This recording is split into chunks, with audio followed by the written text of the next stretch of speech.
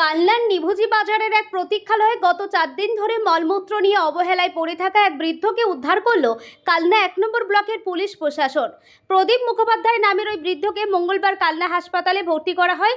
স্থানীয় সূত্রে জানা গিয়েছে ওই বৃদ্ধের পরিবারে কেউ নেই, যদিও তিনি তার জন্মস্থান খড়গপুর বলে জানান। অনেকেই আবার তার কলকাতাতেও বাড়ি ছিল বলে জানিয়েছেন। যদিও গান বাজনা সূত্র ধরে তিনি কালনায় আসছেন বলে জানালেও তার বেশি কিছু বলতে পারেননি। হাঁটাচলা করতে না পারা অসুস্থ ওই বৃদ্ধ গত 4 দিন ধরে এখানে থাকলেও তিনি আর উঠতে পারেননি, মলমূত্র নিয়েই পড়েছিলেন। এমনই এক অবস্থায় স্থানীয়রা ঘটনার কথা মহকুমা শাসকের দপ্তরে জানালো। মহকুমা শাসকের নির্দেশে কালনা 1 নম্বর ব্লক প্রশাসনের আধিকারিকরাও কালনা থানার পুলিশ তাকে উদ্ধার করেও হাসপাতালে ভর্তি করে দেন। পুলিশ প্রশাসনের এই ধরনের কর্মকাণ্ডকে সাধুবাদ জানিয়েছেন এলাকার সাধারণ মানুষজন। কালনা থেকে রীতা ভট্টাচার্যের রিপোর্ট, সুন্দর বাংলা নিউজ। কোথায় বাড়ি নেই, এখানে কতদিন ধরে রয়েছেন? 3 দিন। আমার নাম প্রদীপ মুখার্জি। কোথা থেকে এসেছেন? হসপিটাল থেকে এখানে পাঠিয়েছি। একদিন আমার অচেনা অবস্থা এখানে দিয়ে গেছে। কালনা হাসপাতালে অ্যাডমিট ছিলেন? হ্যাঁ। কে ভর্তি করেছিল? ও কালকে রাত্রিবেলা এসে কালকে আসেনি।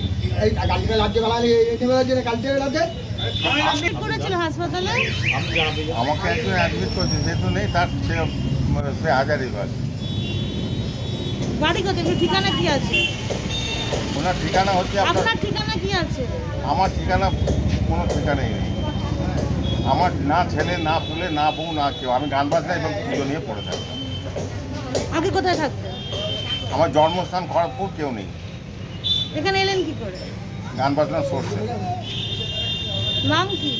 প্রদীপ মুখোপাধ্যায়। আধার কার্ড আছে? আধার কার্ড আছে? আমার কিছু কোনো আছে? কিছুই নেই, আধার কার্ড নেই, কিচ্ছু নেই আমার। পরিষ্কার কথা, আমি সারেন্ডারই হয়ে যাই। বলছি ভদ্রলোক এখানে কতদিন ধরে রয়েছেন? 4 দিন ধরে এসছে।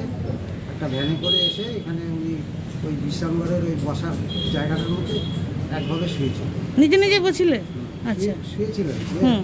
তারপরে ওনার ওইখানেই পায়খানা বাথরুম করছে, এই অবস্থায় রয়েছে। এর শেষমেশ ওই এসডিও সাহেবের অফিসের একজন এসেছিলেন আমার এখানে জেরক্স করতে। উনি আমাকে জিজ্ঞেস করলো, তারপর আমি ওনাকে বললাম। উনি বললো ঠিক আছে, আমি সাহেবকে জানিয়ে আমি রেস্কিউ করার ব্যবস্থা করছি। আচ্ছা, তো আপনারা খাওয়া দাওয়া দিচ্ছিলেন নাকি? আমরা ওই জল বিস্কুট এবার কালকে দিয়েছি। এই উদ্যোগটাকে কেমন লাগছে আপনার? পুলিশ প্রশাসন খুব ভালো হয়েছে। আমরা এই জিনিসটাকে আমরা স্বাগত জানাচ্ছি। আপনার নাম? আমার নাম জয়ন্ত রায়। এই ভদ্রলোক এখানে কতদিন ধরে পড়ে রয়েছে? 4 দিন ধরে আছে। আচ্ছা, এটাকে আপনি আগে চিনতেন? হ্যাঁ, আমি চিনি। ওনার বাড়ি কলকাতা বলে, আসল বাড়ি, কিন্তু কোনো জানি না বাড়িটা আসল কোথায়। আর এইখানে কোথায় শ্বশুর বাড়ি, ওনার বউ মারা গেছে সেটাও জানি। ওনার ছেলেবেলে নেই। উনি ভালো এখানে বিবেকানন্দ কোনো হলে বা স্টেজে ভালো বক্তৃতা দিতে পারে। খুব ভালো বক্তা হিসাবে ভালো, ব্যক্তি হিসাবে ভালো। ঠিক আছে, আমাকে বললো যে আমি 10 দিন ধরে খাইনি, তুই কিছু খাবার কিনি। কী খাবে বলো? যে আমি রুটি মাংস এনে দিলাম। আমি তো তুমি তো পুজো করে মাংস তো খেতে না, আমি জানি। হ্যাঁ, দিয়ে বললো আমি তো হসপিটালে ছিলাম, মাংস আমাকে খেতে হয়েছে, তুই মাংস এনে দিল। এখন কারা উদ্ধার করতে এসছে? এখন ওই পুলিশ দাদারা এসেছে থানা থেকে। এটা কি করে জানতে পারলেন? সেটা আমি বলতে পারবো না, অন্তটা বললো যে নাকি ওইভাবেই খেতে পারে খবরটা। এই উদ্যোগটা কেমন লাগছে? খুব ভালো লাগছে, আমার দেখে খুব ভালো লাগছে। এটাকে আমি স্বাগত জানাই। আপনার নাম দাদা? কল্যাণ করা হয়।